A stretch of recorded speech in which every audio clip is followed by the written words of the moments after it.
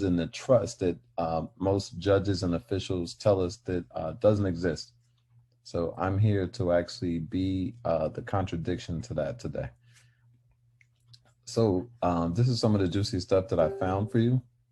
This is the letter of transmittal from the Board of Trustees of the Federal Old Age and Survivors Insurance, which is a very important word, and Federal Disability Insurance. And then we have trust funds. This is out of Washington, D.C. And I want you to see some of the signers on this.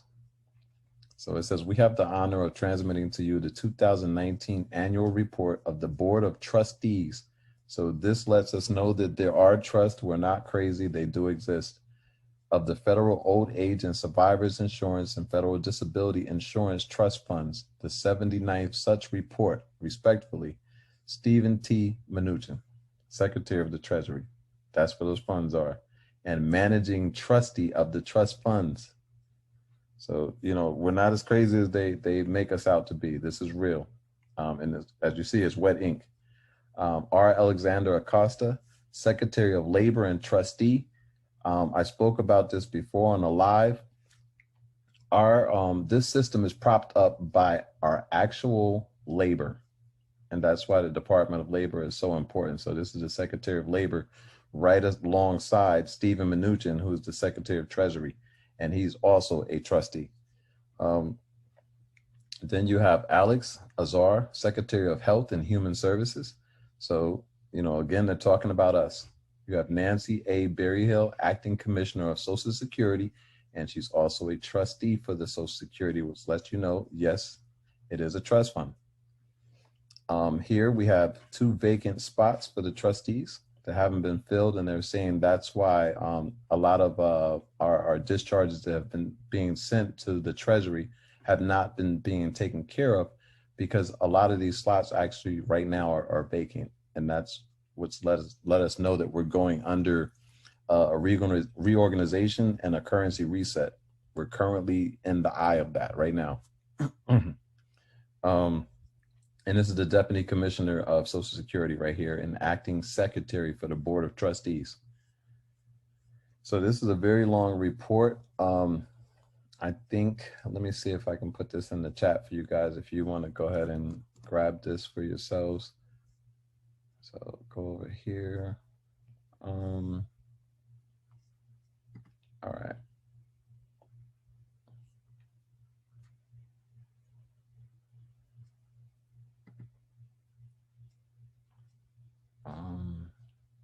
All right, not as easy as I thought. I thought that was the chat right there.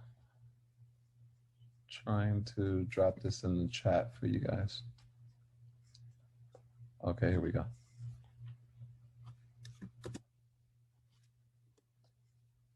All right, so that PDF is in the chat for you. Let's continue.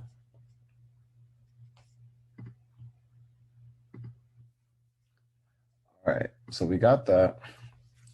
There was something else that I wanted to show you here on the trust funds. I'm trying to remember if it was. Okay, so this is very important. I found this a while ago and I had a couple screenshots, which I can't find, but I did my best to find it again. Because of the 2 public trustees positions are currently vacant, there is no message from the public trustees for inclusion in the summary of the 2020 annual reports. So letting you know those offices are now vacant.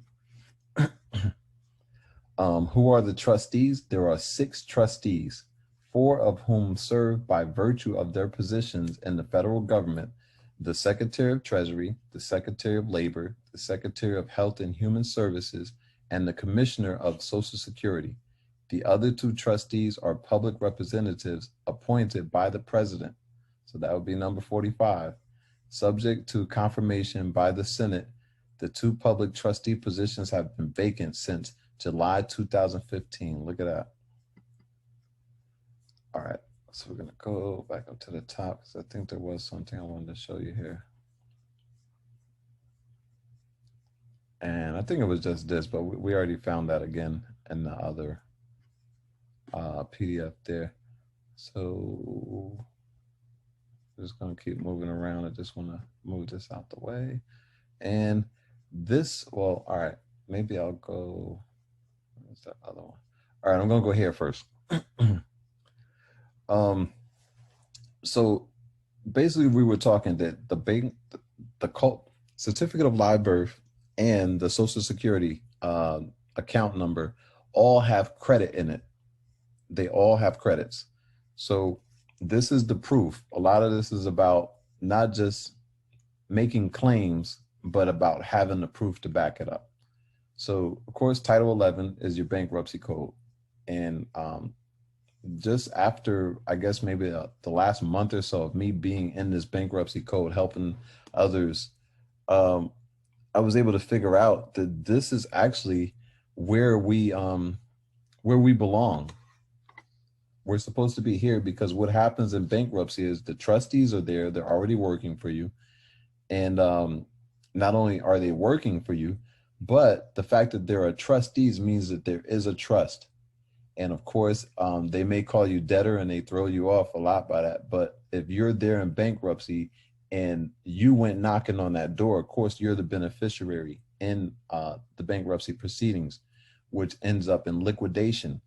Liquidation is synonymous with settlement. They will settle all your debts. And a lot of people speak about getting discharged, or I'm going to discharge some debt because we know we can't pay it. But the bankruptcy court between the trustee and the court has the power to discharge all your debts. So I want you to see some of the powers that the trustee has. So obtaining credit. If the trustee is authorized to operate the business of the debtor, and this is why everybody here is on this call, because I wanted to get some advanced people who I wouldn't have to stop every second and break this down. We do know that the estate is a business. So to someone else, maybe this might have went over their head or they might not have understood exactly what was being said. But the trustee is authorized to operate the business of the debtor. Our business is our estate. Unless the court orders otherwise, the trustee may obtain unsecured credit. You don't need any collateral. He can go and get unsecured credit on our behalf and incur unsecured debt in the ordinary course of business allowable under Section 503B(1) of this title as an administrative expense. The court, after notice and a hearing, may authorize the trustee to obtain unsecured credit or to incur unsecured debt other than under subsection A of this section allowable under Section 503B(1) of this title as an administrative expense. If the trustee is unable to obtain unsecured credit allowable under Section 503B(1) of this title as an administrative expense, the court, after notice and a hearing, may authorize the obtaining of credit or the incurring of debt. And that's why it was so important who I showed you who the trustees were, because the bankruptcy trustees are under the United States Trustee Office. So it's definitely a branch of that. And this is where Stephen Mnuchin and everybody else falls under. It says with priority over any and all administrative expenses to the kind specified in Section 503B or 507B of this title, secured by a lien on property of the estate that is not otherwise subject to a lien, or secured by a junior lien on property of the estate that is subject to a lien.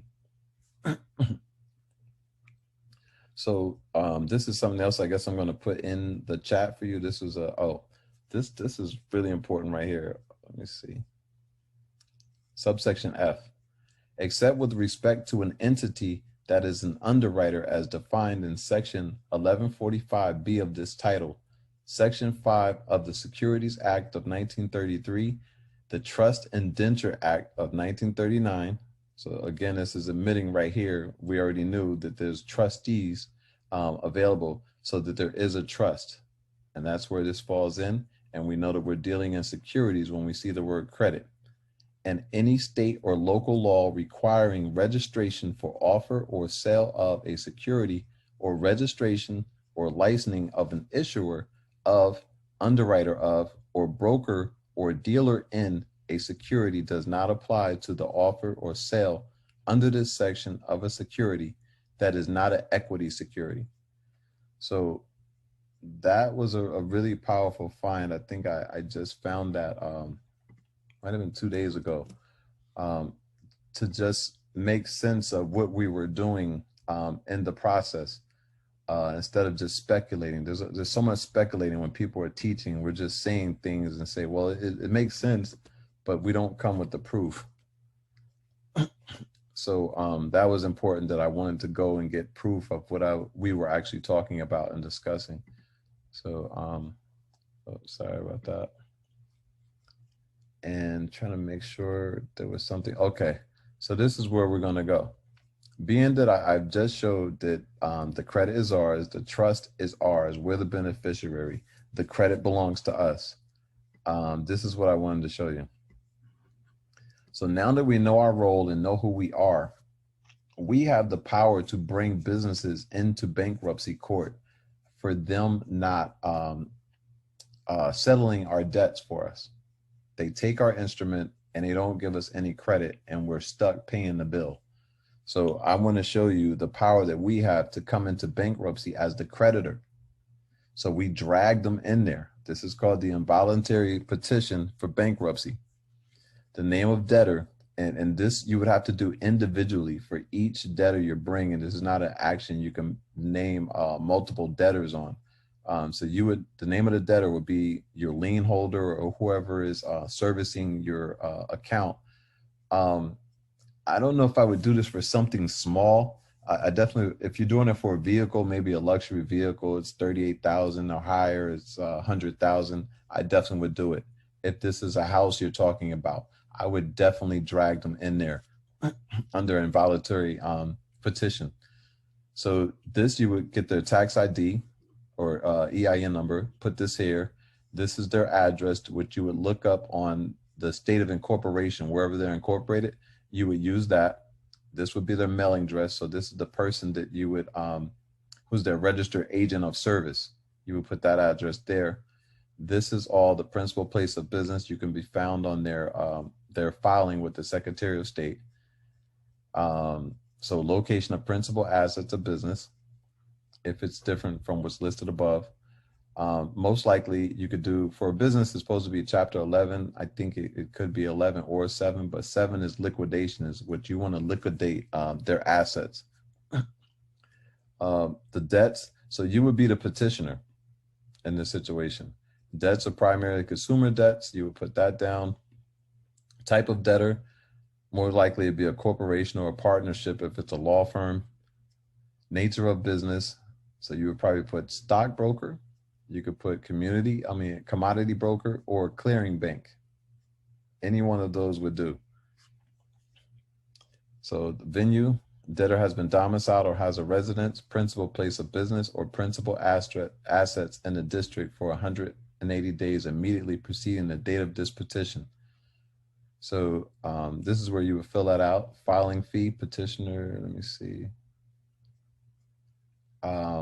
If you want, like I said, if you're dealing with a big purchase, a really expensive car or a house, just go ahead and pay the filing fee. Or there's also a fee waiver form that you can file in the bankruptcy court. Pending bankruptcy case filed by or against any partner, no, so you probably wouldn't need that. Allegations. Petitioners are eligible to file this petition under, and this is 303.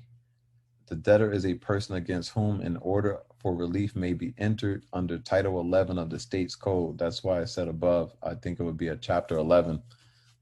The debtor is generally, so this would apply to, generally not paying such debtors' debts as they become due, unless such debts are the subject of bona fide dispute as to liability or amount. So that would definitely be checked here. And let me see. So it could be, let me see, check all eligible. So it'd probably be that one and that one. And this is where you get into the claims and request for relief of what you want done. And you're going to do this under penalty of perjury, which makes this ironclad and powerful. And if they're going to dispute your claim, they're going to have to come in and do the same thing, penalty of perjury. So you would sign all this, address it, signing in representative capacity. So like I said, this is why I brought you guys in, because you're experienced enough to understand this without me going through it. We know that we have to sign by, last name, first name, comma, or authorized representative or beneficiary of a state or something like that. We have to sign in a capacity. So, and this is where we will list ourselves. We are the petitioning creditors because we extended the credit that was stolen from us. So you would do nature of claim, amount of claim. The amount of claim would be the amount of the instrument. If you bought a house, it was 360,000. That would be the amount of the claim, because that's the instrument that they took free and clear, and they sold it to investors, and we didn't get anything.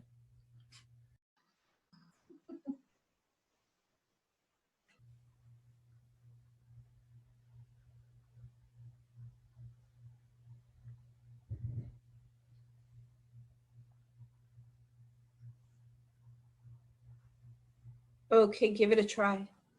Okay. Let me see. All right, there it goes. Let me just find my screen and see where we're at. Max. Okay, found my screen and we are going live. Just so you know, I have a dog that howls, so I may mute myself if he starts howling. Oh, beautiful. He's probably just excited about the information. It's probably as much as we are. Yeah. Okay. Okay. Let me. All right. Trying to make sure the right screen is showing.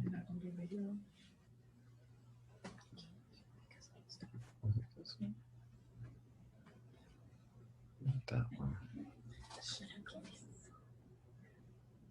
We gotta go somewhere else. Yeah. All right. Just trying to make sure the right screen. Okay, the right screen should be up. This is where we left off, right? Yep. Yep. Listening credits. Okay, just make sure we got the right stuff on the screen. All right, so this one, if you like, I'll actually drop in the chat as well. This is the involuntary bankruptcy petition, where if you are in a house and you would like to get that title free and clear, you would drag them into court with this. Wow. Yes, that's awesome. Yep. I mean, it works for anyone, but like I said, this is going to be tedious. It's a process, and you're going to have to go through the motions. You're going to have to go to the creditors meeting. You're going to have to attend some things. So I would want it to be worthwhile. If this is your house you're fighting for, I would definitely drag somebody in the court. Not to minimize anyone's purchase, but I'm just saying if it's a car and it's not probably 30,000 or more, I wouldn't take the time to do it. But if it's something a really great investment, I would definitely drag them into court, come in as the creditor, and watch them squirm and wiggle trying to prove that they actually gave you something. All right, so there was something. Where was I gonna go? All right, this is probably.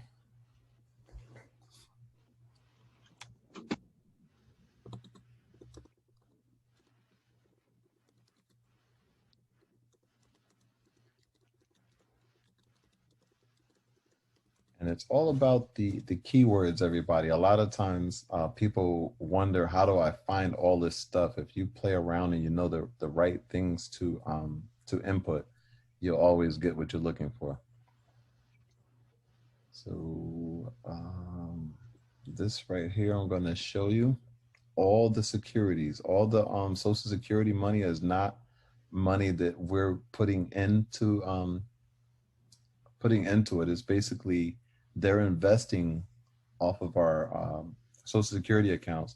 So speaking about it right here, there are two general types of securities: special issues, securities available only to the trust funds, and public issues, securities available to the public, marketable securities. So I'm gonna clarify something really quick, because I hear this a lot, and this is it's actually incorrect. So I'm just coming over. I'm not, this is not to disrespect anyone who's teaching, but it's all about making sure we have accurate information. So we don't, someone doesn't have to come back and clean up 10 years worth of uh, just misinformation. The public is not us. We are not the public. We are the private. So that's why when it says the public debt, this is speaking of public officials. Hence why they have the word public in front of official. Anyone who swears an oath becomes and holds office is the public. So them being the public, they're accountable to us. We are in our private capacities. The only time we're not is when we don't realize that, when we go around running that, saying that we're the public. And that's where you just might as well just bend over at that point. um, so I'm going to go and show you some, not even some, but I'm going to show you the money that is in these accounts. If I can get to that again. And it's like, it's in the trillions. I think it should be here. Trust funds combined. Investment transactions should be here. Still not sure. Or is it here? Okay. I think I just do this. Both funds combined. See if this does it. All right. So here's some of the numbers we're looking at. This is all the stuff that they said doesn't exist and that we are sovereign citizens and we're delusional. SI bonds, type of security. SI certificates, marketable bonds. Your birth certificate and your social security card is printed on bond paper, thus making it a bond.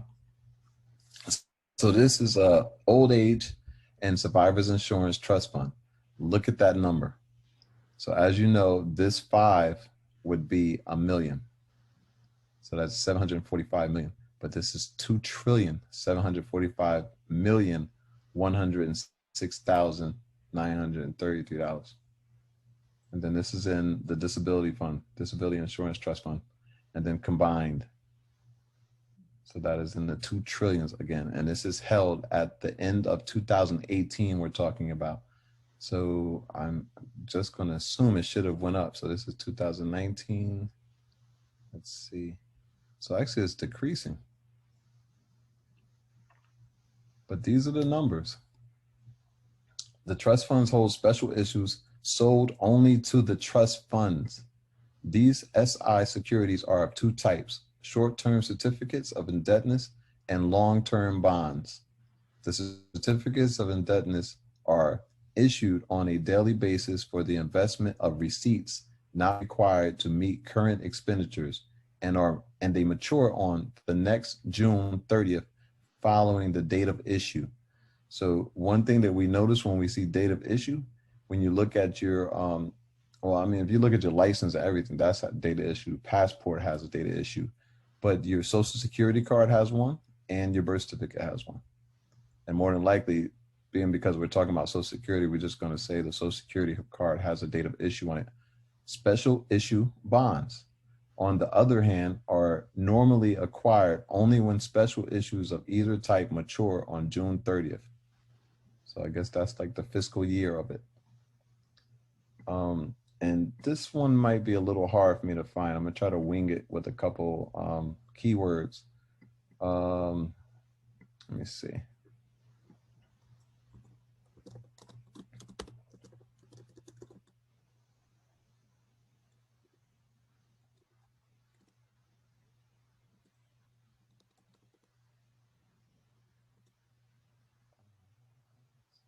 Let's see.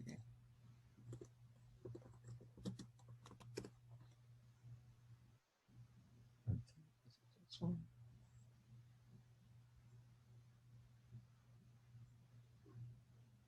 Not sure if it's this one or not. I didn't see any purple on the link, so I'm not sure if this is it or not.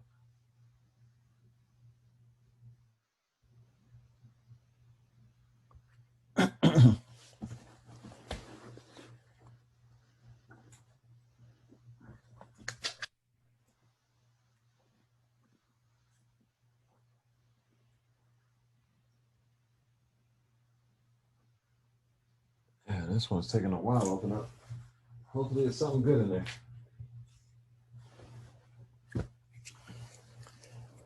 I'm not sure if this is what I'm looking for, but it might even be something better than what I was trying to find, though.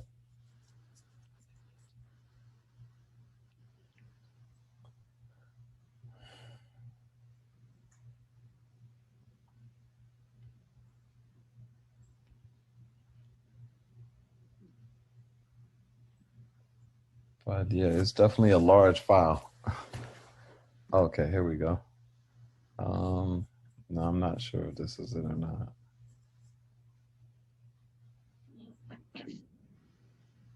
But it may be something great in here, so I'm just gonna drop it in the chat for anyone who wants to delve into this.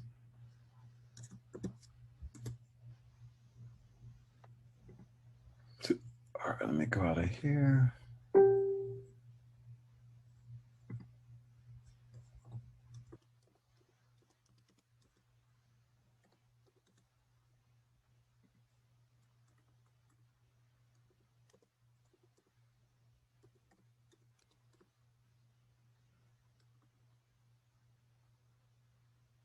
Oh, okay, here it goes.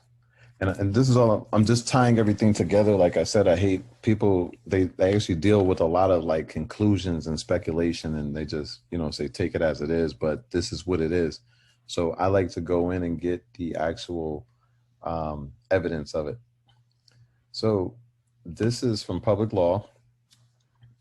Required prospectively that new and replacement social security cards be made of banknote paper, and to the maximum extent practicable, be a card which cannot be counterfeited. So when you go to counterfeit it, I'm going to go right here for you and show you what we're talking about.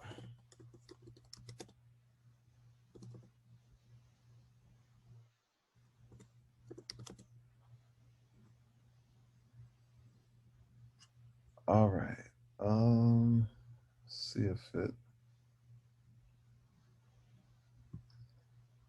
because I'm going to tie everything back together and hopefully it should mention it here. And I'm just looking for those exact words. All right, so here we go right here.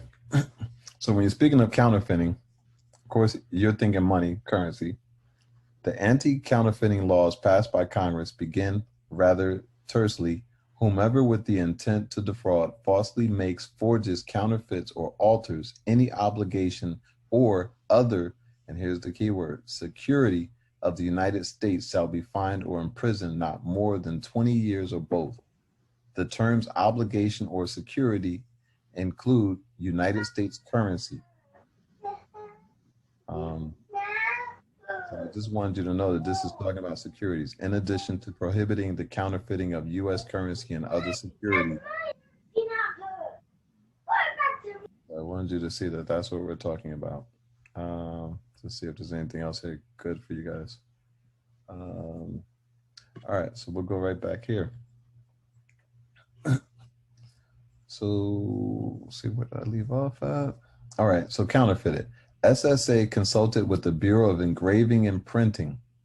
So that's who prints our money. So it's pretty funny that they got the contract to actually print our Social Security cards. The Government Printing Office and the Secret Service regarding the anti-counterfeiting features to be incorporated in the new card since October 1983. The current card incorporates these and a number of other security features appropriate to a paper card format. And there's usually not a lot of other, but I'm going to show you what these guys are responsible for doing. Because I know usually anyone who shows up with a suit and the badge, we're just terrified. But I want you to understand, if these guys come, I want you to understand why they're there. This is what they actually do. All right, here we go. Trying to make sure.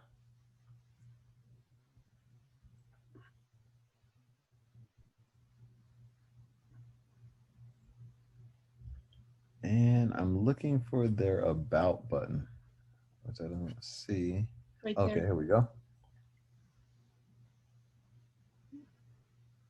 All right, overview.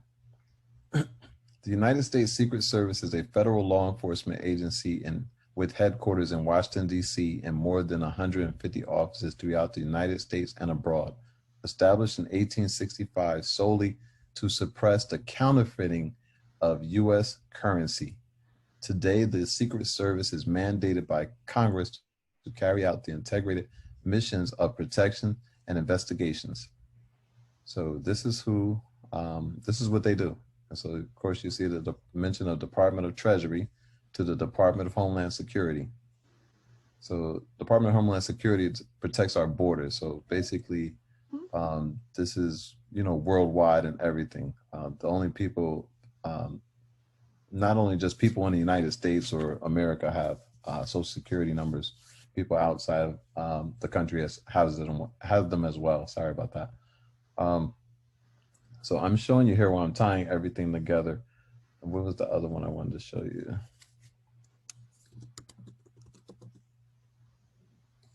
I think it should be this one. All right, here we go. This is I think that's not it. Is that 41? Was it 44? Okay, here it goes. It's 401.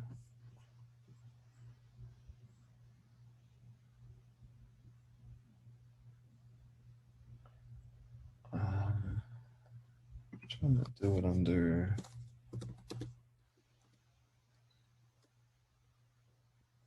Okay, here we go. So these again are proof and evidence of the trust funds that they say does not exist. So there is hereby created on the books of the Treasury of the United States a trust fund to be known as the Federal Old Age and Survivors Insurance Trust Fund. The Federal Old Age and Survivors Insurance Trust Fund shall consist of the securities held by the Treasury, Secretary of the Treasury for the Old Age Reserve Account, and there's the word account, and the amount standing to the credit of the Old Age Reserve Account on the books of the Treasury on January 1st, 1940, with securities and amount the Secretary of the Treasury is authorized and directed to transfer to the Federal Old Age and Survivors Insurance Trust Fund. Such gifts and bequests. This is important because when you work and we bitch and we moan because they're taking stuff out, FICA and all the stuff from Medicaid and Social Security. It says it's for our retirement and for them saving and all this stuff. Those are actually gifts. You're not obligated to give that because, as you can see, the trust funds were set up by them, just like our estates, and they have to take care of them. And that's why 18 U.S.C. 08 says that all these things are obligations of the United States, not ours. But through our ignorance and I guess you can say misinformation, we've just been misled and we don't understand the system that we are operating in. So we gift all of our money to the United States government. So let's see, and such amounts as may be appropriated to or deposited in. So of course, when you think of the word account, you think of deposit. So I'm literally proving all of this stuff. Like I said, it's just been so much speculation. We speak about this stuff. And a lot of times we wonder why we don't have remedy because you don't have ironclad proof. And, you know, they'll throw you out of court or laugh you out of court, even though they know that what we're talking about is true. But you can't make false claims without evidence. So now you have all the evidence. So out of any monies in the Treasury not otherwise appropriated. So this is a beautiful one. I'll put this one in the chat as well for you.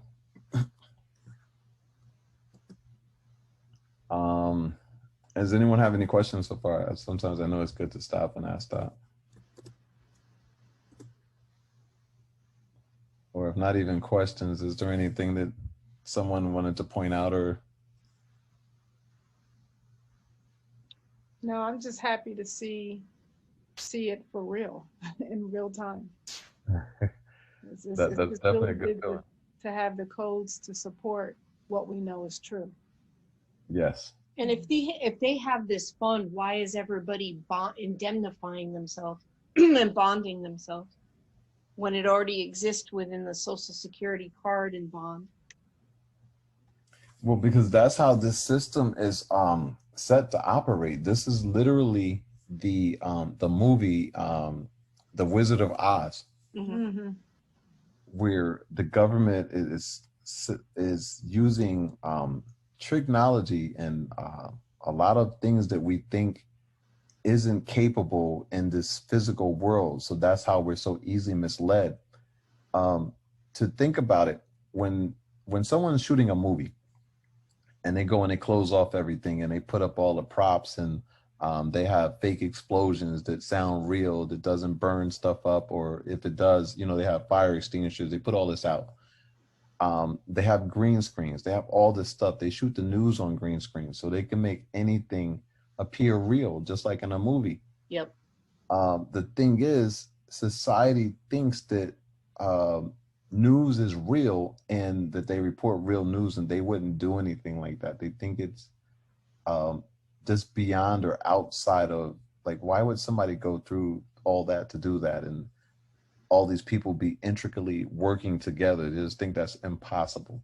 And it's very possible.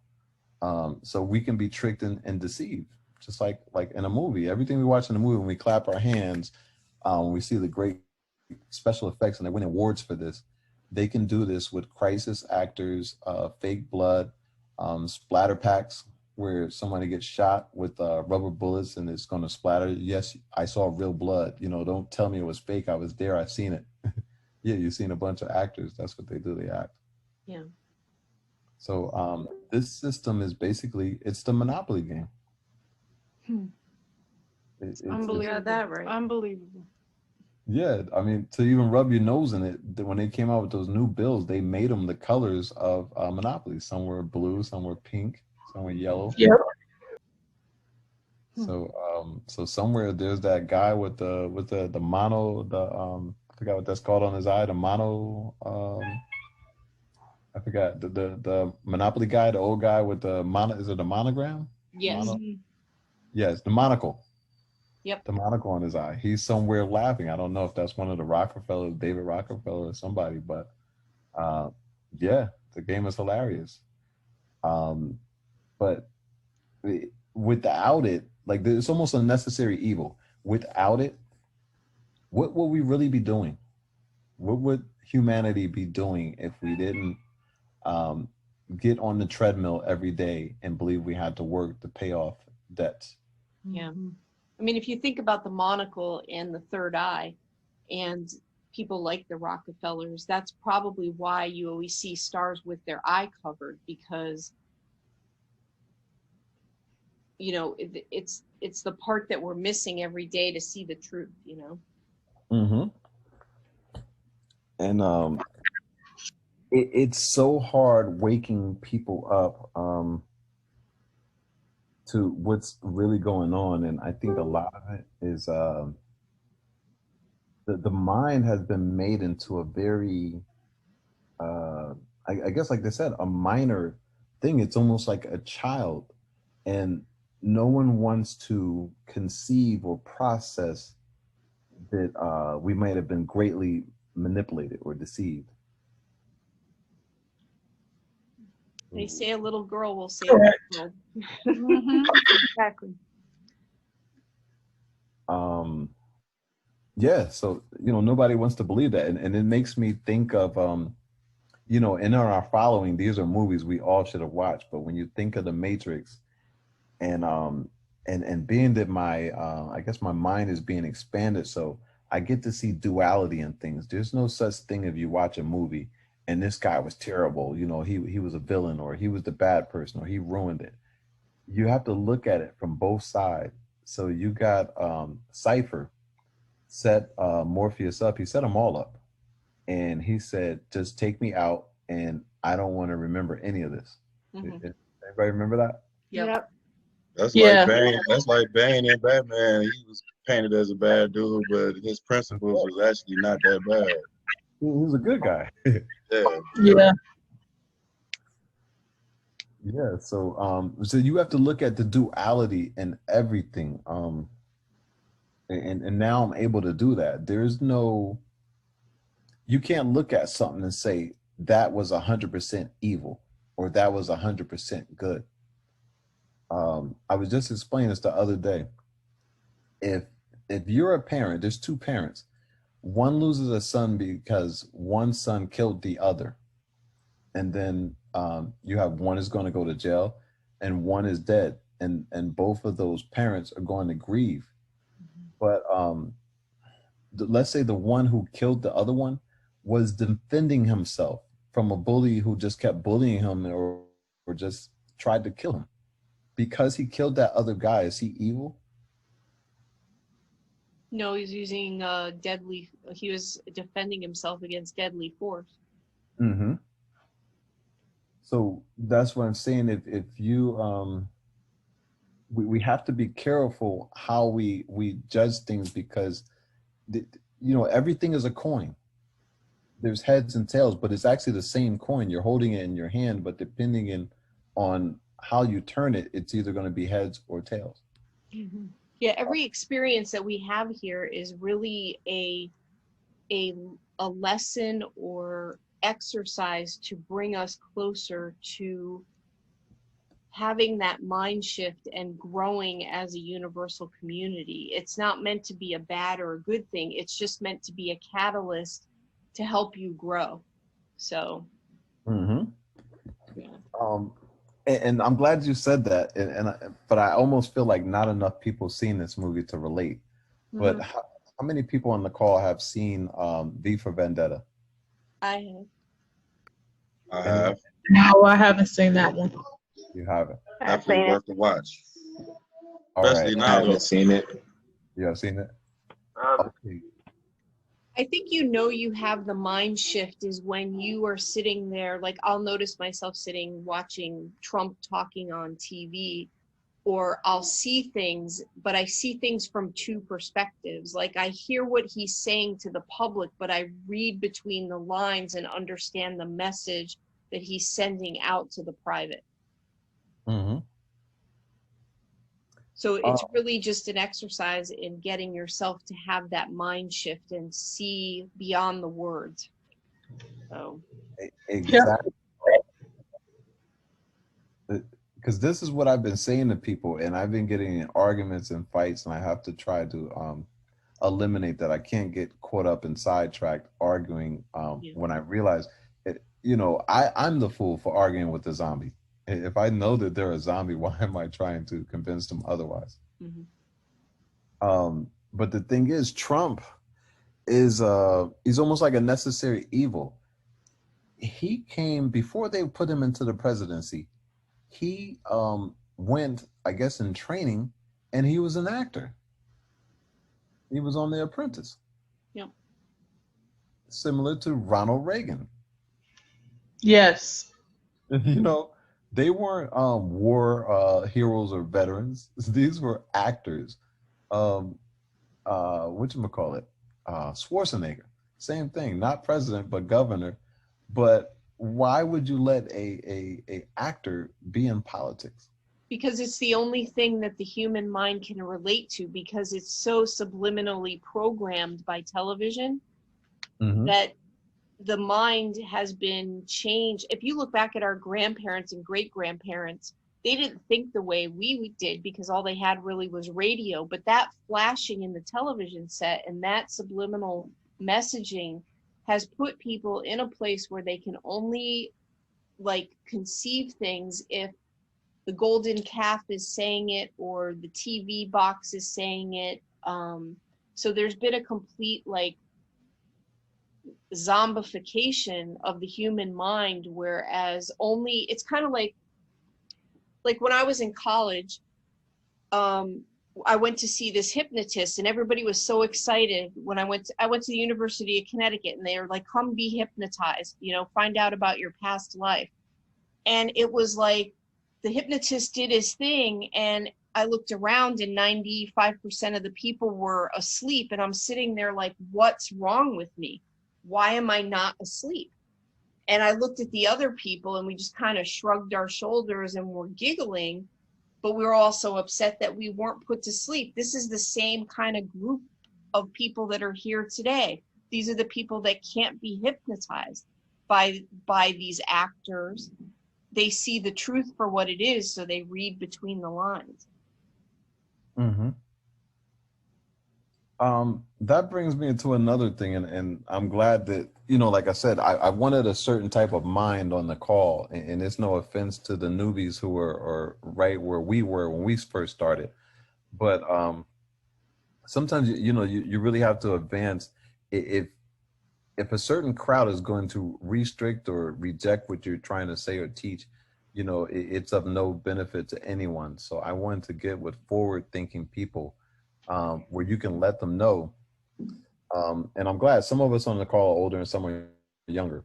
But there was Dick Tracy back in the day. So anyone on the call familiar Yeah, with Dick Tracy? I've seen that. Okay.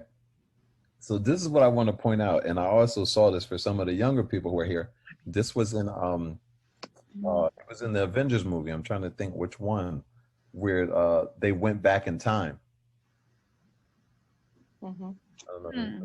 What movie is this? The Avengers. The Avengers. I'm trying Yeah. to think if it was Endgame or one of those. But the Oh, tide. it was Endgame. It was Endgame. It was Yeah, Endgame. it was in game.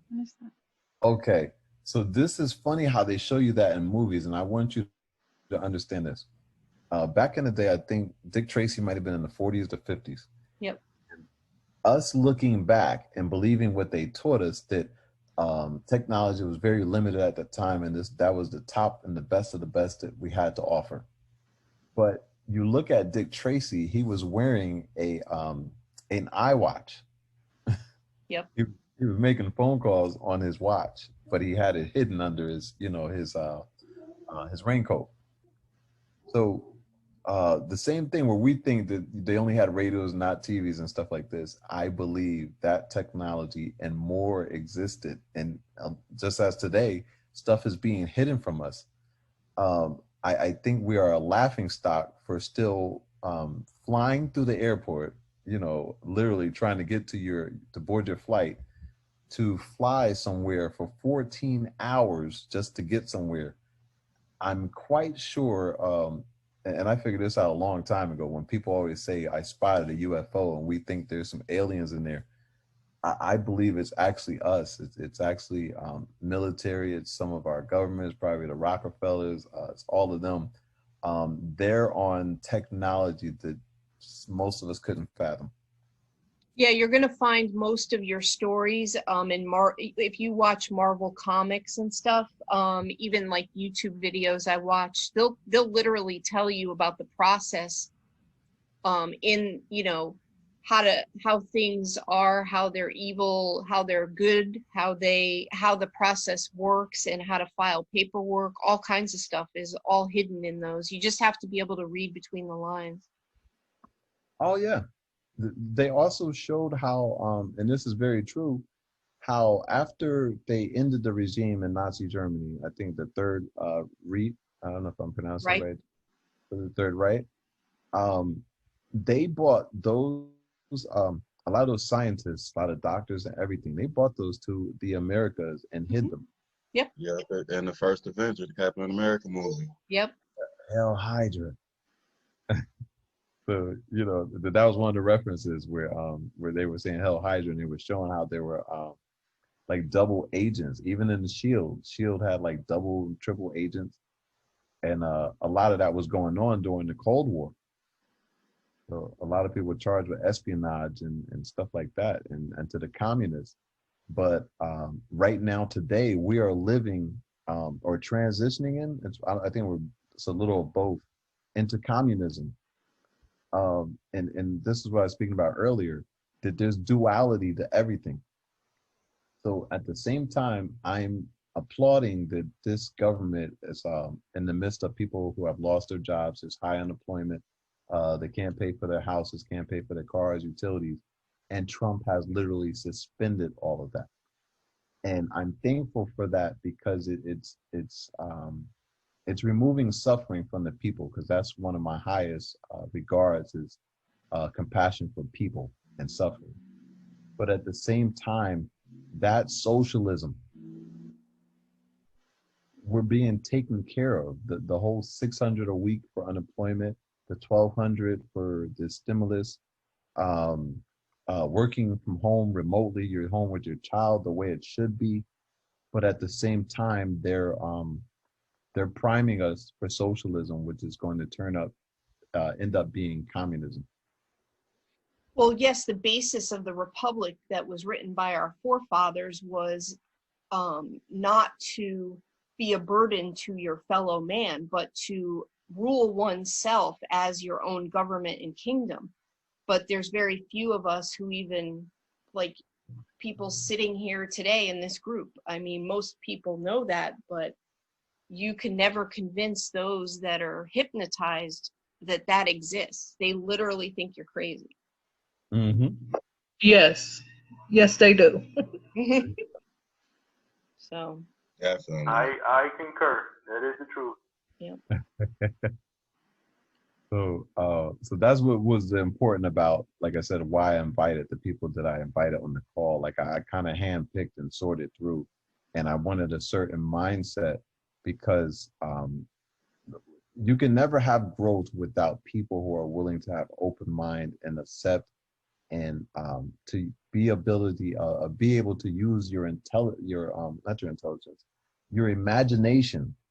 Yeah. Because none of us will have stone cold clad proof that they're hiding this or they're capable of this, and that. You have to be able to read some of the things that they released to us or were able to find on the internet, and you have to read into it with your imagination to just kind of Yeah, understand. nothing, excuse me, nothing exists without imagining first. Exactly. Charlie and the Chocolate Factory. Yep. Indeed. Yeah. So it's beautiful to be able to get on the call with you guys. And like I said, I know where you're at, and everybody's been searching for this door. And it's like we just, we open the door, and then it's like Bugs Bunny, is a stack of bricks there, and you're like, so it's like a fake door. Yep. So and if you notice one thing, and I think that's very important to me too. I'm not a person that's about money. Once I realize the illusion of money, I don't make it the bane of my existence. And so that's why we're all here today. And I want everybody to know, if you didn't know, that I didn't charge anyone for this. This is just something I spent my time doing and putting together this research. And this is not introductory level learning we're doing right here. I want you to know that too. So Yeah, I'll that, have to get the first half of this and exchange it with you. But yeah, I mean, it's just, there comes a certain point where there's a divide in the road. I mean, there's thousands of people trying to get remedy out there, but if you cannot have the mind shift and see the dual picture and the two roads and be able to recognize which is which, it's going to be very difficult to move forward. Because if you're not reading and not comprehending that, I mean, even just looking at this screen about trust funds, you literally have to go through this and read the definitions, 3-4 definitions for the same word, and understand this is code. It's not US code like a law code. It's in code. It's exactly. hidden. You have to read into it. So Exactly. And most people exert their energy in other places, so they don't have the time to read through everything and dissect it. yes. Mhm.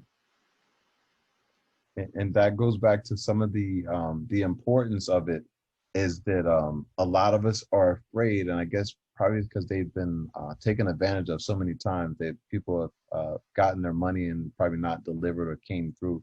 So people are rightfully skeptical. But when there's people such as myself who are willing to sit back and read, study, and can comprehend this stuff and then deliver it back, it's really important to support people like that. And that's again why most of the people on this call have supported the other two webinars. So I wanted to show, my things given back, and I just invited you guys here free of charge, just so Thank you you. can be a part of this. Thank you. Definitely. So that's letting you know that I appreciate you as well. Yeah, we appreciate you too, Brother Ali. Absolutely. Thank you. Absolutely. We appreciate you, Definitely appreciate you. Ali Bay, Brother Bay. Gratitude. Gratitude. Thank you, man. Thank you. Thank you so much. So I think I put enough. If you guys want to go ahead, and if you need to grab from the chat before we conclude, so that way you have access. What I'll do is for this part, I will take the recording and I'll Dropbox it to you, and we can just exchange the first part. And then if you want to send it out to your mailing list, because I don't have anybody's information, so Okay. I'll add you to my Dropbox and make a folder, and you can upload the first part of this that got cut off, and then people can, either go to that Dropbox or you can just email them permission or whatever. So. Oh, beautiful. And Ali, don't forget too. You can these videos, you can be uploading them to YouTube and make it a private link, and send just that link to your mail list as well. Okay. You know I what I was mean? thinking that too. Yeah, I would love to make it private, because some people get greedy and they want to just share it and give it to everybody, and it gets Yeah, so that happened with me and Yeah, that's true. PJ back in the day, and he and I parted ways a year ago, and I had them removed. But every time he uses them, I make money. So. Okay. And I think I might just share a couple more things, but right here, I forgot this part was in there. I just wanted to share this part with you guys. This is a long one, so I won't read it, but you can just see the juiciness is in this right here. The evidence by paper instrument in the form of a bond. Note. That's just beautiful. Were you done with that application that you were showing for district federal court, or? Yes. Okay. Yes. Everything else was pretty much self-explanatory on that one. So I'm going to finish up here, and then I'm going to show you one more, a beautiful nugget, because Okay. these are pretty short. So sale of acquired obligations. Any obligations acquired by the trust funds except public debt obligations. So remember who the public is. Public debt obligations. These are their obligations. Issued exclusively to the trust funds may be sold by the managing trustee at the market price, and such public debt obligations may be redeemed at par plus accrued interest. Proceeds from sale or redemption of obligations and interest. The interest on and the proceeds from the sale or redemption of any obligations held in the Federal Old Age and Survivors Insurance Trust Fund and the Federal Disability Insurance Trust Fund shall be credited to and form a part of the Federal Old Age and Survivors Insurance Trust Fund and the Disability Insurance Trust Fund, respectively. Payment from the general fund of the Treasury to either of the trust funds of any such interest or proceeds shall be in the form of paper checks drawn on such general fund to the order of the trust fund. So it's literally written out, paid to the order of the trust fund. So I just want to show you this one last thing. This was amazing when I found it. Again, like I said, it's just proof of what they do, that they deny to our face that they do. Let me see. So it's.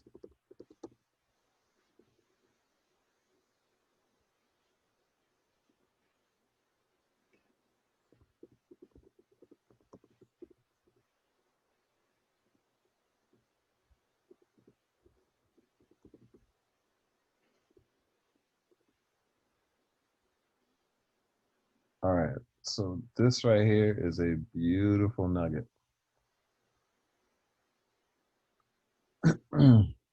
So this is what banks literally do when you open up a bank account and you sign the I guess the bank agreement to open up that account, and then you do your signature card.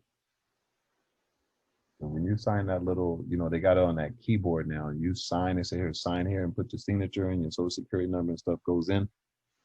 This is what's happening. Advances to member banks on their notes. Because you have to remember, banks aren't sitting around with vaults full of, trillions of dollars. So whenever they get their notes, this is what they do with them. Any Federal Reserve Bank may make advances for periods not exceeding 15 days to its member banks on their promissory notes, secured by the deposit or pledge of bonds, notes, certificates of indebtedness, or treasury bills of the United States. So this, again, it happens when, like you said, you're closing on a house and your promissory note. So all of this matters when cars are being sold in those long promissory notes. All of these, Exactly. Because I think those financial institutions are connected to a Federal Reserve yes, they are. bank. They're And they send those notes to those banks to make the advance for those notes. That's exactly what they do, because promissory notes are legal tender in accordance with the Yes. USC Title 8. So if it's legal tender, they send a promissory. Anytime you sign a promissory note, house, car, whatever, the day that you sign it, whatever it is that you signed for is clear and paid for. They take the promissory note and deposit it into the bank. It's like It's it's legal liquid tender. cash. Exactly. Yes. But what's keeping them from still stealing personal securities at a level where it hasn't been originally swindled, where you're actually trying to discharge the debt? And they're stealing those promissory notes too. Exactly. They're taking your deposits free and clear. Yeah. Right. That's why they give you such a hard time if you ask them to send you the original copy of the promissory note. You Yeah. just start getting all kind of excuses. Yeah, because it's gone the moment you sign. Yep. It's gone. So it says, let me see, or by the deposit or pledge of debentures or other such obligations of federal intermediate credit banks, which are eligible for purchase by the Federal Reserve Banks. So they will literally purchase them under Section 350 of this title, or by the deposit or pledge of bonds issued under the provisions of subsection C of Section 1463(1) of this title. And any Federal Reserve Bank may make advances for periods not exceeding 90 days. If anybody knows in the UCC, I think Rochelle does. Anything under 90 days, I think, is not a security, I believe. I'm mistaken. Correct, because it's like it's usually just like a check or something that clears like net 30 or something, like a money order. Securities are long-term investments, typically bonds, mutual funds, stocks, things like that. Which usually falls under Article 9, but Yeah. these are under Article 8. And it says, to its member banks on their promissory notes secured by such notes, drafts, bills of exchange, or bankers' acceptances, which is very popular. This is, they always accept your chattel paper or commercial paper. Yep. As are eligible for rediscount. So this is basically like a repurchase. They make a repurchase agreement to repurchase it back in the future. Or for purchase by Federal Reserve banks under the provisions of this chapter or secured by such obligations as are eligible for purchase under Section 355 of this title. All such advances shall be made at rates to be established by such Federal Reserve banks, such rates to be subject to the review and determination of the Board of Governors of the Federal Reserve System. If any member bank to which any such advance has been made shall, during the life or continuance of such advance, and despite an official warning of the Federal Reserve Bank in the District of the Board of Governors of the Federal Reserve System to the contrary, increase its outstanding loans secured by collateral in the form of stocks, bonds, debentures, or other such obligations, or loans made to members of any organized stock exchange, investment house, or dealer in securities upon any obligation, note, bill, secured or unsecured for the purpose of purchasing and or carrying stocks, bonds, or other investment securities except obligations of the United States, which is puzzling to me because everything we just listed or named right there is an obligation. Such advance shall be deemed immediately due and payable. And this is applied to us as well. And this is what Rochelle was just saying. It says, such advance shall be deemed immediately due and payable, and such member bank shall be ineligible as a borrower at the Federal Reserve Bank of the district under the provisions of this section for such period as the Board of Governors of the Federal Reserve System shall determine, provided that no temporary carrying or clearance loans made solely for the purpose of facilitating the purchase or delivery of securities offered for public subscription. So remember, these are public officials that are buying these. These are not us. Shall be included in the loans referred to in this section. So this again is proving that they are the ones getting the loan. They're doing the borrowing, not us. Wow. Awesome. So I think that's it. So I think the other one we did was 40 minutes. This one's about an hour. So I think that's a lot of learning. Yes, I'll get this sent to you as soon as possible. Well, Right. Ali, this is awesome information. I really, really appreciate it. And it's another way to stop the madness. Definitely. So I think it's awesome, especially for people that have mortgages and obligations more than $30,000-$40,000. Exactly. Yeah. And like I said, I will be available to, I can't really, of course, litigate, but I can be there to consult and kind of help you walk through this process because you have your baby, at risk. Even though the thing I like about it is there are so many remedies that even before the last minute, you could still, if it's not going good, you can renegotiate and get into probably a better loan than you were in. So it's really not something that like, well, I could lose my house. That's really not an option. Yeah. And it's not going through the administrative process either. It's basically bringing them to the table and making them prove that this is a valid claim. Mm-hmm.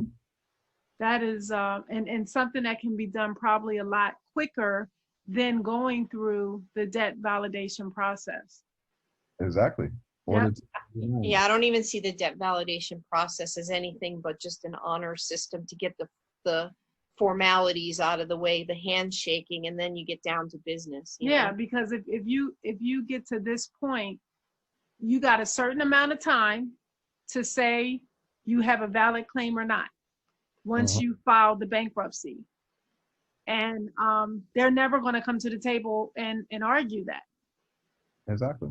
Yeah, because if you're listing them as the creditors, I mean, it's game over. You're listing them as the debtors, and you're the debtors, but we are the creditors. I'm sorry. The creditor bringing them into bankruptcy. Right. Yep. So that's the proper way it's supposed to work. Because remember, everything is in reverse, and it's just wow. We're not supposed to really file as debtors and then have creditors come and claim against us. We're supposed to come in as creditors. We come in as creditors. Absolutely. Yep. And this is the thing I was telling you about, where you can't lose. This is almost like a no-lose situation doing that. Look at this. This is again Title 11 of bankruptcy. Creditors, the debtor, and the estate. The estate shall have the benefit of any defense available to the debtor as against any entity other than the estate, including statute of limitations, statutes of frauds, usury, and other personal defenses. A waiver of such defense by the debtor after the commencement of the case does not bind the estate. You have all of that right there to your advantage. And then I went over this, I think, in yesterday's webinar, but these are all of your defenses, because it said, where is that? And other personal defenses. So you go right into the where is that at? Okay, yeah, you go right into the UCCs, and these are where you'll find all of your things. So you got cancellation, you got rescission, you have remedies for fraud. Mhm. This is a powerful one. This is considered an equitable remedy, is what you want to use. Yeah, repleaving. Mhm. Yeah. Which is also great because I know a friend and I know you know that went through this process, and when you get to that level where you have to do that call, when you come in and you have a review, you actually you actually take that position as creditor and everyone else is working for you, Hmm. and I think that's incredible. And this actually describes the contract in a nutshell. Yeah. So this UCC 721, remedies for fraud, remedies for material misrepresentation. That's exactly what it is. That's to sum it up. Wow. Material misrepresentation or fraud includes all remedies available under this article for non-fraudulent breach. Neither rescission or a claim for rescission for the contract for sale, because remember the contract you signed with the car or with the mortgage Yeah. was for sale. It was immediately for sale. Yeah, Nor your application for a loan, Mhm. so to speak. Oh, go ahead, brother. But that's the note in itself because those applications has a note incorporated Absolutely. into Yeah. I the mean, the minute you application. sign that, they rob your account. I mean, Yes. Hey, Brother Ali, when you're giving your consultations, are you also going to be helping people through, that process of liquidating the birth certificate? I can, and of course, in all fairness, because it's so, I'll really have to get engrossed, and if I get a bunch of people thrown at me, I do have to make sure I price it where just I don't have like 200 people lined up at me. yeah. Exactly, because that's about to happen. Yeah. This is amazing work, and a lot of people need the services. So Hmm. And especially I'll be able to price it, I guess, correctly because I've already shown you the possibility of it. It's Yeah. just not speculation, so it's something, it doesn't mean I'm going to, charge you a kidney, but at the same time, I have to make it so I can make sure all my bills are taken care of and that I can get to each person and literally be available for you and actually help you. when are you looking to start? As soon as anyone is ready to start. Right now, I'm in the middle of one of my own situations, and then I have actually about either 2 or 3 clients that we're involved in some stuff, and then yeah, I'll be ready to take some clients whenever they're ready. I think all of us have our own stuff going on, so that's definitely possibility going forward. I'm still in the midst of working on some of my own stuff, but yeah, I get So- what you're saying. Let me ask you this, because obviously we know obligations such as a mortgage would definitely be mortgage or court cases, stuff like that would definitely be something great to have you consult on. But what are your feelings about going this route versus setting off through promissory note? Well, again, and I've been. It was funny. Like once I broke loose of the whole following the gurus and not trusting your own judgment, Mm-hmm. that's when and some people might felt it was conceit or something, and it's not. But sometimes your guides are to take you as far as they can get you to go. Mm-hmm. Yeah. There, you have to be willing to stand up and kind of walk on your own 2 feet and trust yourself. So Yep. that's what I'm doing this whole time. Yeah, there's always that chance when you're dealing with a security that it could be stolen, even if you're writing it yourself, Mm-hmm. So Okay. Oh, That's and amazing. I actually didn't answer your question. I'm sorry, and I almost forgot it, but I remember what your question was. I don't believe that we need to be making our own promissory notes, and there's a few reasons for that. Okay. The maker of the note is the one obligated on the note. Yep. That's the first thing. The second thing is, and I said this a while because that was the question I had to ask to myself when I was being taught by gurus is, why are we not enforcing the note we already signed with them? Why are we sending them more notes?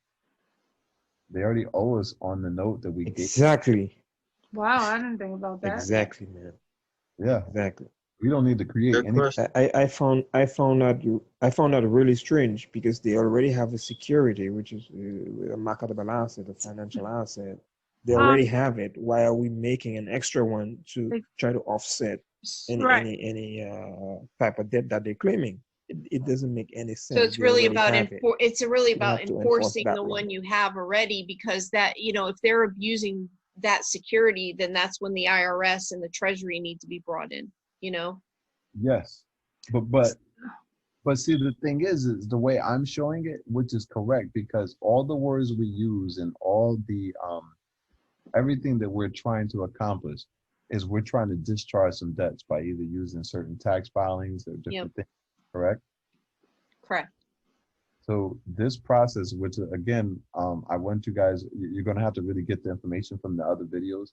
And like I said, I didn't do this intentionally, but it seems like I'm doing a trilogy, like they're linked and they need each other. Yeah. So you'll send us the other two, right? Yeah, I mean, well, for the other one, like I said, it's not a very large donation. Yeah, we got you. We got you, but you'll send us part 1 and 2, right? Yes. Okay.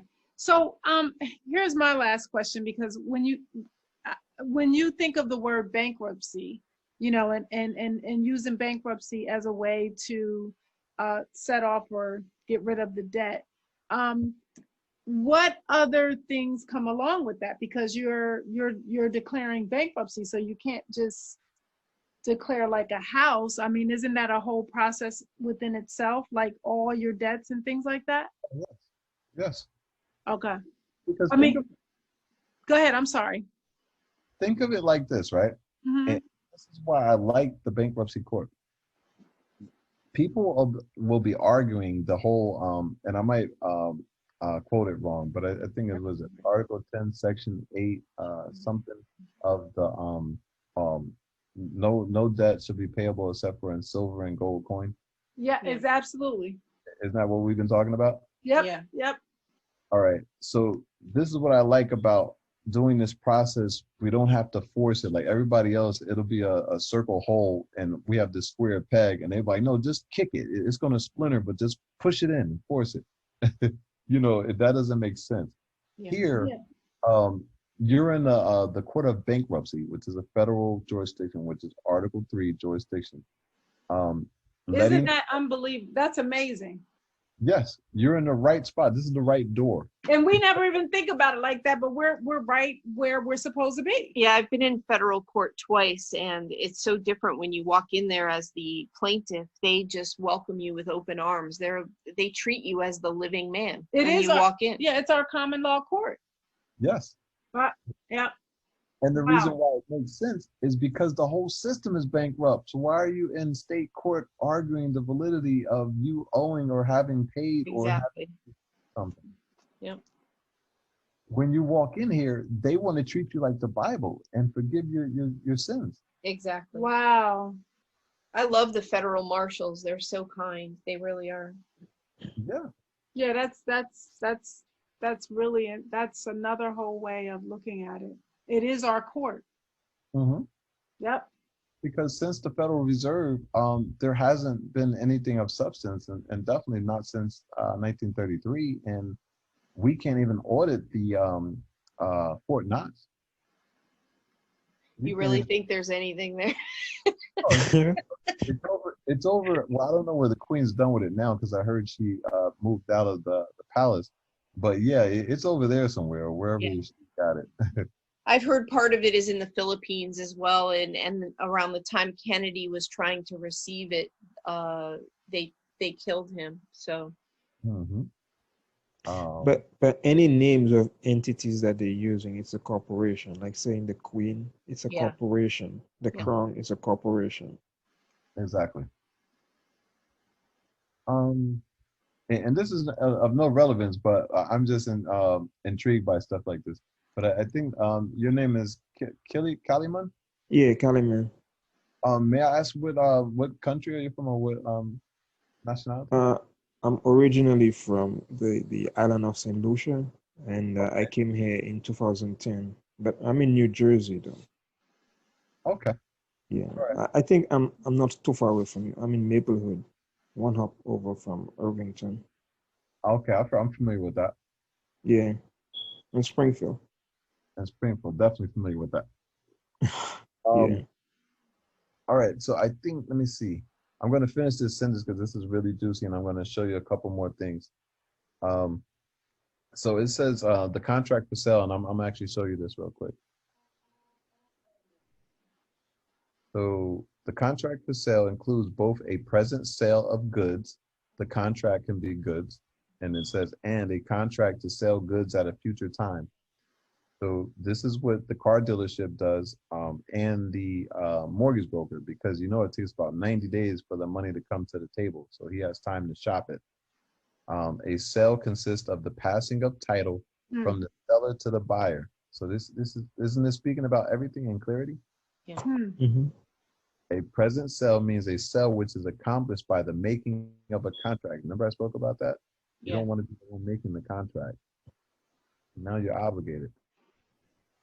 So we'll go back here, and it says, nor rejection or return of the goods shall bar or be deemed inconsistent with a claim. Claims are beautiful words, for damages or other remedy. So this is what you'll be able to do when you do an involuntary bankruptcy, and you bring them in there, you know, one at a time. Because remember when I said the involuntary is different from you filing as a debtor, you're going to list all your creditors. You could have 200, but when you're doing an involuntary, that is for one debtor. So they all would get their own separate docket number. So I'm going to go here because this was something beautiful I shared, and I think the other. All right, so that's not a good one that I wanted to use. Let me see something.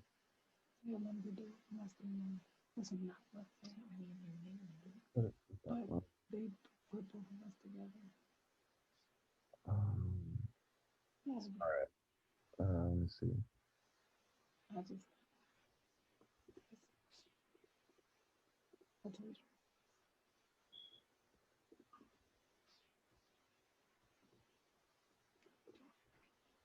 Brother Ali, huh? Yes. Oh, just a quick question. Okay.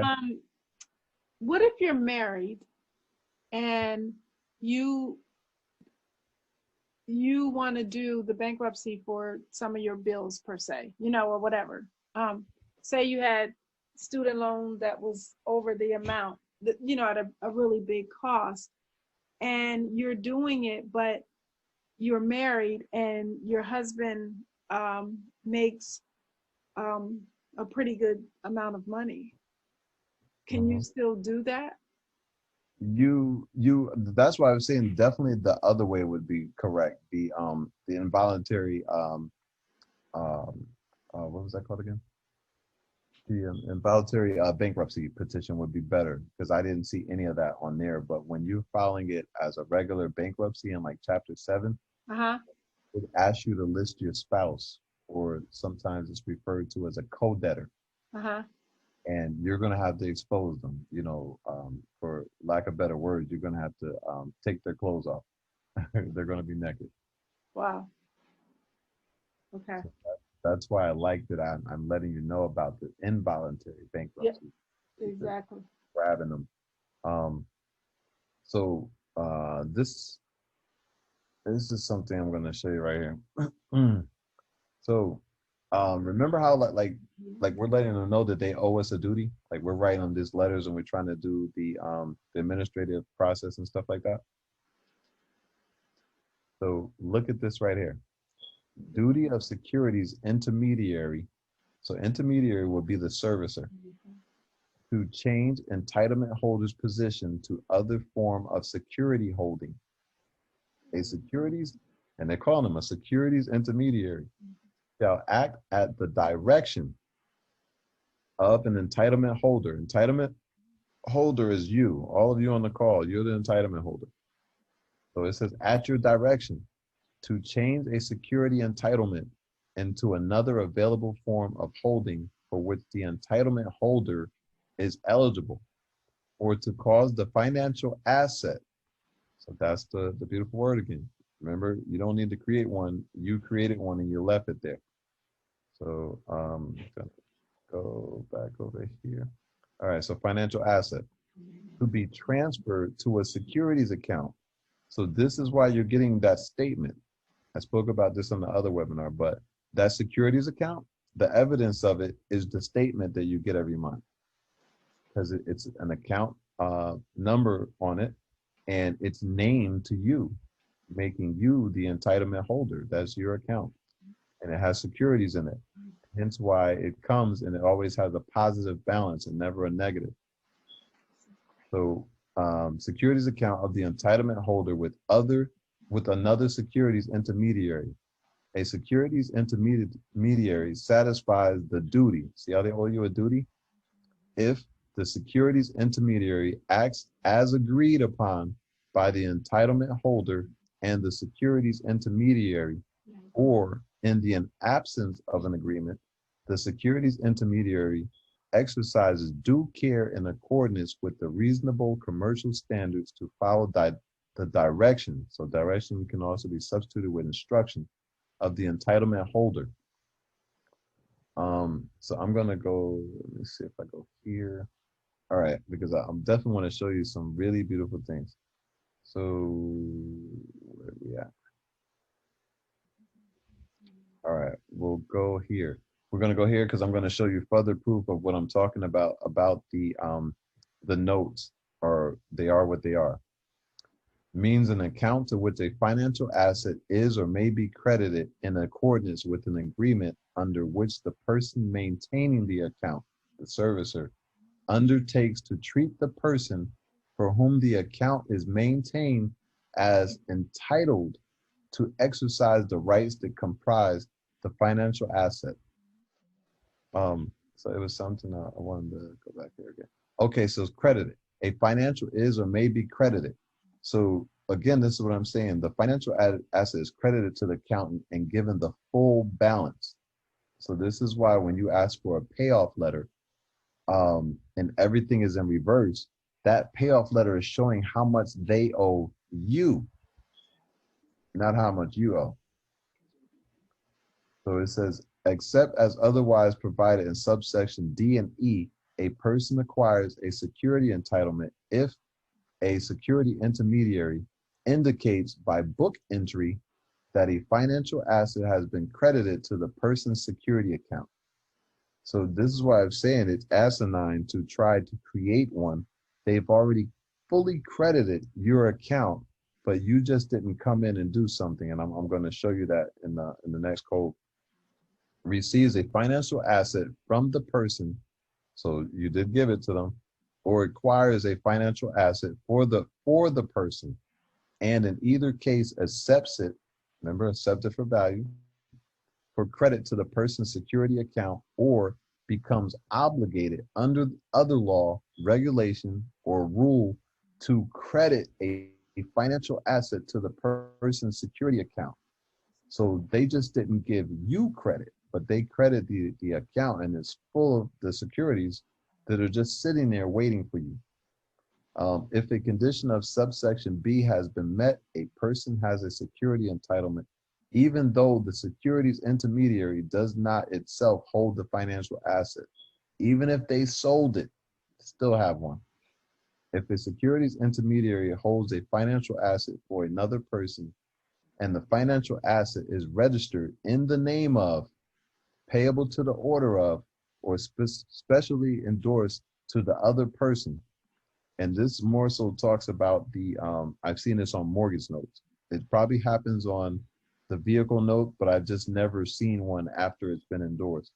But I have one, a retail installment contract. It says without recourse. I can't remember exactly, but it says, but it has a little box. The dealer check without recourse, and they send Oh it yeah. to the Honda place.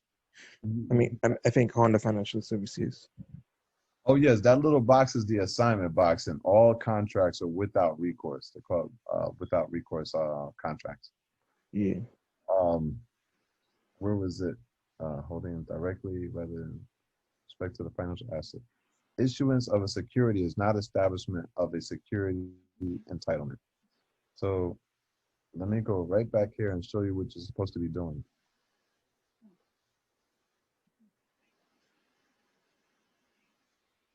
All right. This is right. This thing is right here. A securities intermediary shall comply with an entitlement order if the entitlement order is originated by the appropriate person, which is you. Nobody else can come in for you. The securities intermediary has had reasonable opportunity to assure itself that the entitlement order is genuine and authorized. So that's why you always have to sign it and sign as authorized representative. And the securities intermediary has had a reasonable opportunity to comply with the entitlement order. A securities intermediary satisfies the duty if the securities intermediary acts with respect to the duty as agreed upon by the entitlement holder and the securities intermediary, or in the absence of agreement, the securities intermediary exercises due care in accordance with reasonable commercial standards to comply with the entitlement order. If a securities intermediary transfers a financial asset pursuant to an ineffective entitlement order, the securities intermediary shall reestablish a security entitlement in favor of the person entitled to it and pay or credit any payments or distributions to that person did not receive as a result of the wrongful transfer. If the securities intermediary does not reestablish a security entitlement, the securities intermediary is liable to the entitlement holder for damages. So this is why it's beautiful and definitely studying the right article. A lot of people are in 3 and 9, but this is where you're supposed to be. So this is called an adverse claim. An action based on the adverse claim to a financial asset, whether framed in conversion, replevin, constructive trust, which that's what it is, equitable lien, or other theory, may not be asserted against a person who acquires a security entitlement under 8AA 501 for value and without notice of the adverse claim. So it's never going to be received for value. So that's what we have in our favor. Trying to think of any of the other ones. That's going to securities. All right. So I'm gonna put that. This is actually in the regular UCC too. I think the only thing they added is the 8A, and then it's got the 8.8. So if you just put 8501 UCC, all this will come up. I'm gonna put this in the chat for you guys too. And I guess I know you guys got other things to do, so I'm not gonna keep you too much longer. What did I just do?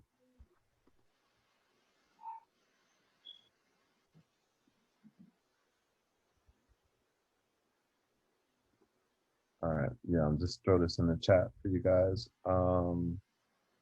Did anyone have a question or anything they wanted to add? No, I think that's, for me, that's pretty clear. It's great information. Thank you. And does that pull everything through for you? I know a lot of things were probably choppy and there's holes and stuff like that. I mean, not what I presented, but what we've been learning. Yeah, it's right in line. I'm actually going to go back in once I get the other 2 videos. I'm going to watch those, and you're definitely on the right track. So thank you. This is great. This is great. Let me see who's up. Yeah, everybody's still on the call. I know usually people leave out. No, it's very. It's at that level, Ollie. It's great. So Yeah. definitely the right Yeah, way. I've been getting bits and pieces. Yeah. here and there dealing with my daughter. But I've been catching most of it. I gotta review the second one still yet, and probably this one over too. I gotta get with you about the first Ali, how much time was between the first and second one? Is that like 1 day? 3 hour? What? Huh? You did one and then the next one the next day, right? Is it about 3 Oh, hours? it's one of those. Yeah, the first one was 2 hours. The second one was maybe 40 minutes. Okay. Okay, good. All right. And Great. then the one we did earlier today was about 40. This is about an hour and a half. Yep. So I just want to let everyone on the call know I did invite you. It was totally free. We're going to have the recordings available. I'm going to say tomorrow. I'm going to get ready for bed this evening. But Okay. I'll have it available for purchase for you. You'll get both